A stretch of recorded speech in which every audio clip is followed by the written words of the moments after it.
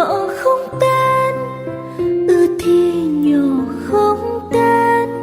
Bây giờ quên nhé nhỏ, nhỏ ơi.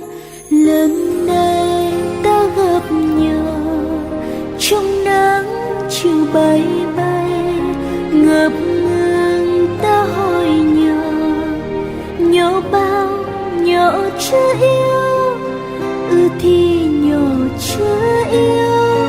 Bây giờ yêu nhé nhỏ, nhỏ ơi. Lần này nhỏ quay đi, không thèm nhìn ta nữa. Giọt sầu rơi một mình, chỉ còn ta một mình, nhỏ ơi.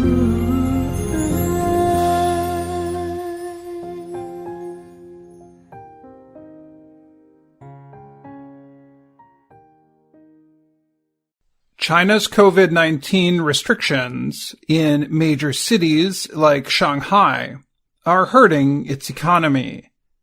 Shanghai is entering its fourth week of lockdown. Emergency measures were put in place as the city deals with a rise in case numbers.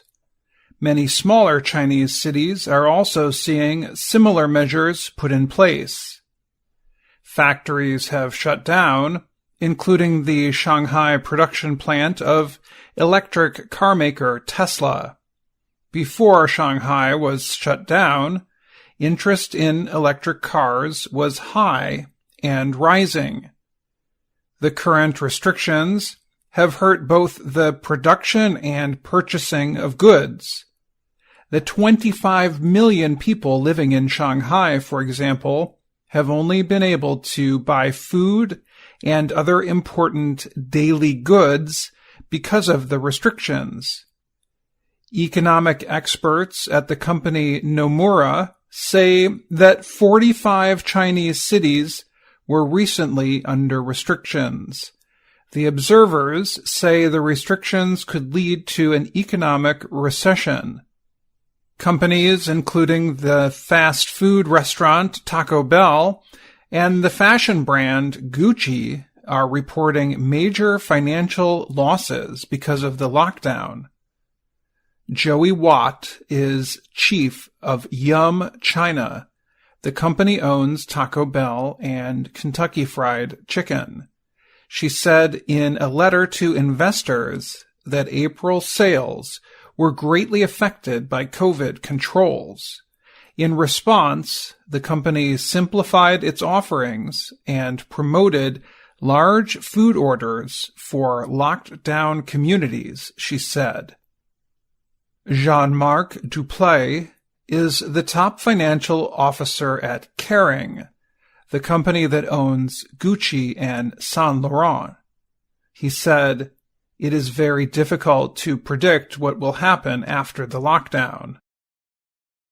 Hélène de Tissot is the top financial officer at Pernod Ricard, a French alcohol company.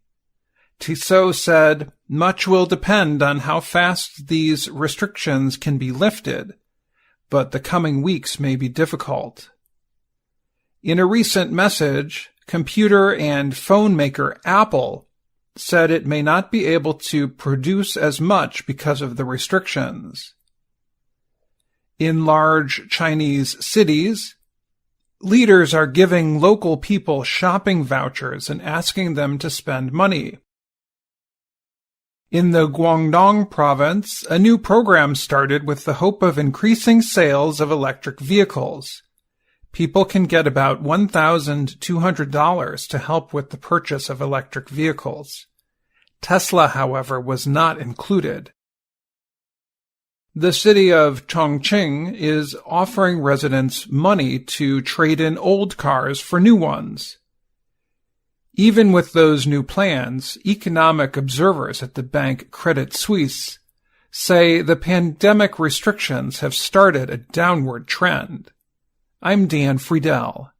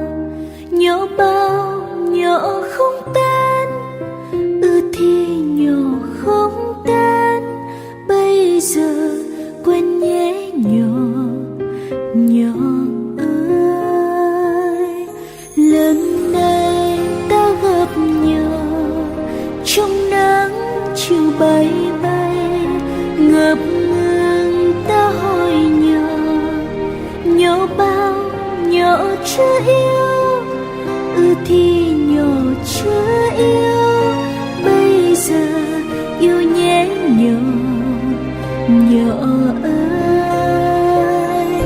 Lần này nhỏ quay đi, không thèm nhìn ta nữa, giọt sầu rơi một mình, chỉ còn ta một mình nhỏ ơi.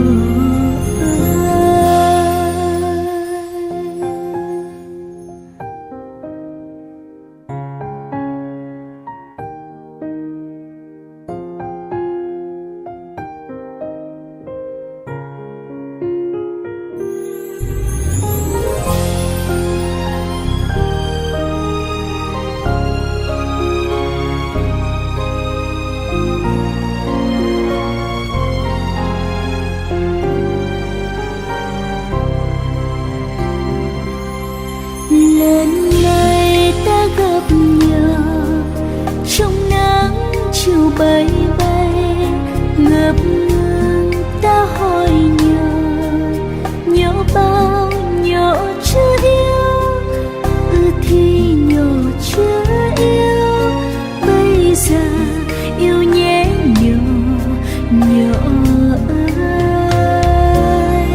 Lần này nhỏ quay đi, không thèm nhìn ta nữa, giọt sầu rơi một mình, chỉ còn ta một mình nhỏ ơi. Còn gì đâu hơi nhỏ trong nắng chiều phôi phai, kỷ niệm ta cùng nhau giờ chỉ là hư vô, thì là hư vô, xa rồi vẫn nhớ hoài nhỏ ơi. Tình cờ ta gặp nhau trong nắng vầng ban mai, thẹn thùng ta hỏi nhỏ bao khờ ghê đi, thì khổ ghê đi, thương rồi sao chẳng